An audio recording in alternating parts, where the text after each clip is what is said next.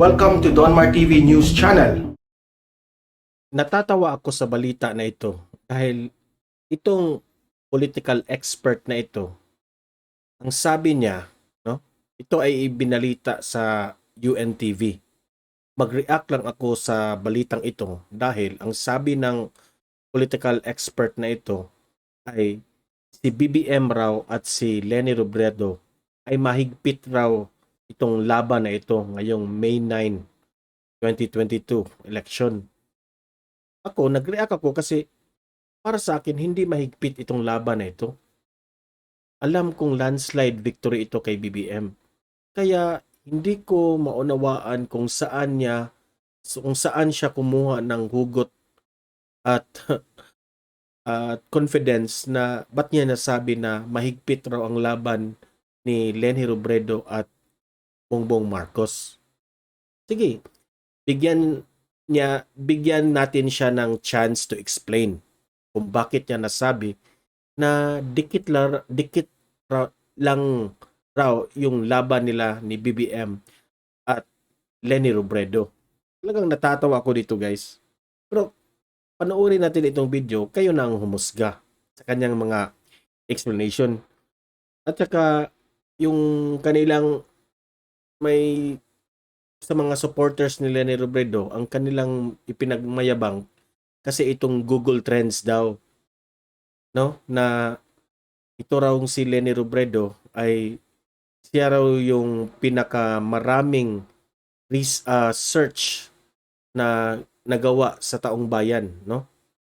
Hindi naman, wag kayong mag-base dyan sa Google Trends kasi hindi nyo alam na may mga BBM supporters dyan na nag-search rin kay Leni Robredo. Diba? Curious lang ba? Ako nga I'm a fan of, I'm a supporter of BBM, pero research ko rin yan si Leni Robredo sa Google. So hindi basihan ang Google Trends. Ang totoong basihan ay yung mga different kinds of surveys. Yun talaga. Survey kung sino ang iboboto nila, hindi yung Google Trends. Kasi halos lahat rin ng mga Bongbong Marcos supporters ay mag-search din sa Google ng Leni Robredo. Pag i-type mo yung Bobo C, Bobo C, i-type mo yan sa Google, ang lalabas Leni Robredo. Natatawa nga ako dyan yung si Sangkay Jan, yan ang initry niya ng mag-search ng Bobo si ang lumabas Leni Robredo. Pero hindi naman natin sinasabing bobo yan si Leni, pero maraming nag-search dyan sa Google na ganun ang lalabas. Okay? So panoorin natin itong video kung saan ito kumuha ng hugot itong political expert na ito. Hindi ko naman ito kilala. Okay, let's give him a chance to explain kung bakit nasabi niyang mahigpit ang laban. Pero bago natin yan i-play, mag-like muna. Okay? Like and share this video para kakalat ito sa mga BBM supporters para malaman natin itong galawang pampolitiko. Okay? So like and share this video right now. Okay? Play natin itong video at mag-react, mag-comment down below ha. See to it mag-comment. Babasahin natin 'yan. Kung ano pong maging resulta, no, ang tingin ko ay hindi malabong mag-neck and neck battle to sa dalawang malakas na kandidato sa pagka-presidente po. Puspusan na ang pangangampanya ng mga kandidato higit isang linggo bago ang eleksyon sa May 9, 2022. Bukod sa ipinakikitang resulta sa iba't ibang survey, naniniwala ang isang political analyst na magiging mahigpit ang labanan sa pagitan nila presidential candidates Bongbong Marcos at Vice President Leni Robredo.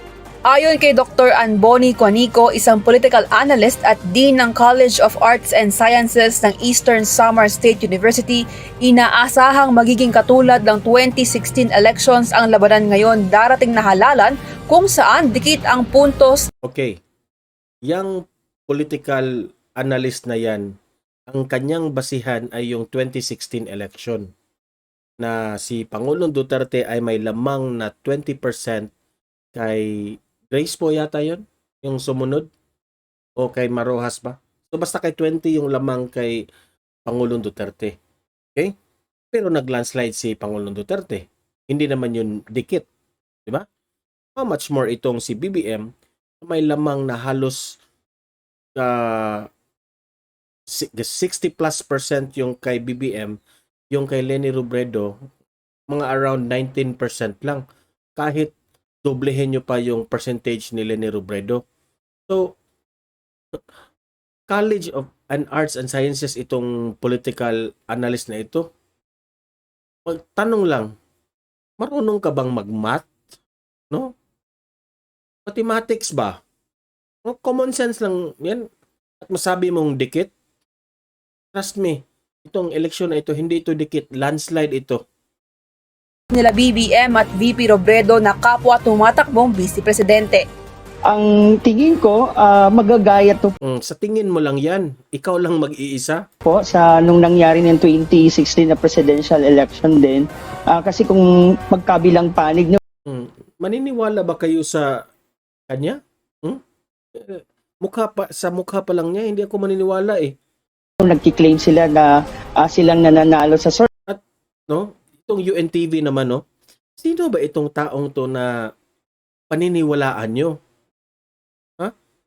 Ang tanong ko lang ba, malakas ba ang kanyang masasabi natin na kredibilidad na ibalita nyo ang isang political analyst ko no na maniniwala tayo sa kanya?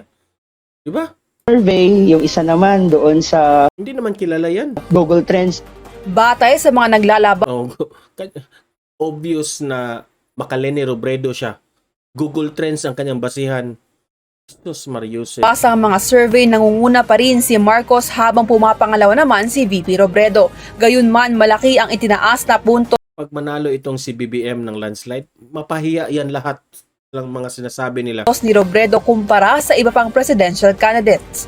At dahil malapit nang matapos ang campaign period, mas pinaiigting pa ng mga kandidato ang kanilang campaign strategy upang makumbinsi ang mga botante na sila ang karapat-dapat na iboto. Sa kandidatura ni Marcos, no, nagpapakita na siya ngayon, nagpapa-interview na din, no. Sa kandidatura naman po ni Leni Robredo, patuloy pa din niya tinataas yung kanilang campaign strategies kung saan ginagawa nila yung house-to-house na pangangampanya. At upang makahakot ng Okay. botante, lalo na ang mga undecided o wala pang pinipiling kandidato, para kay Professor Juanico, makakatulong ang Presidential at Vice Presidential Forum na isasagawa ng Commission on Election para makapagbago sa kanilang desisyon. Dito yung make or break, yung last na debate, ang tingin ko lang malamang, no, magbago pa yung mga isip ng mga kandidato natin kung wala talagang maihain na magandang plano sa bansang Pilipinas, siguro doon sila sa higit na makapagbibigay Grabe ang confidence nitong mga political na analyst na ito. po ng konkretong Walang common sense ba mag-analyze, no? plano para sa ating bansa. Dagdag pa ng political analyst, hindi rin dapat pagbasihan ang mga survey sa kung sino ang talagang mananalo Naging teacher lang sa College of Arts and Sciences, political analyst na. sa eleksyon dahil pawang mga projection lamang ang mga ito.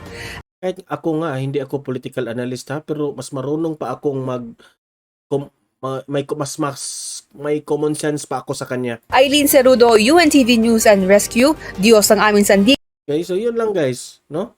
Talaga malakas ang kanilang loob na dikit raw ang laban. So hindi tayo magpadala sa mga ganitong mga balita ha.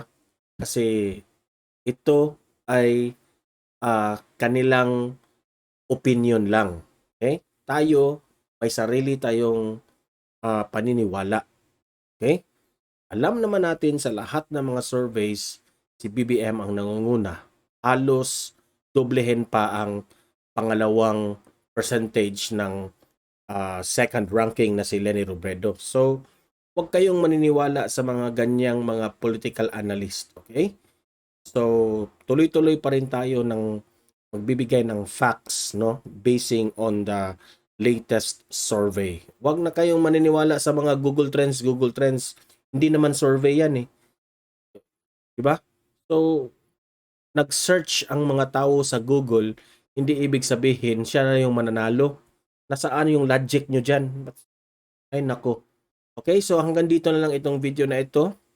Huwag tayong magpaloko sa mga political analyst na mga ganyan, no? So, hindi naman tayo niloloko nila, pero huwag kayong diretsong maniniwala sa kanila. Dahil sa kanilang opinion yan, pero basing on our analysis, wala talaga, no? Para sa aking common sense lang yun, i-analyze yung ganyan eh. Okay? So, mag-like at share sa video na ito para kakalat ito sa BBM supporters. And don't forget to subscribe to my channel, Don Mar TV, at hit the notification bell para updated kayo sa mga latest balita ng eleksyong May 9, 2022. At protektahan natin ang boto natin kay Bongbong Marcos. So hanggang dito na lang itong video na ito. At see you in my next video. God bless to all of you.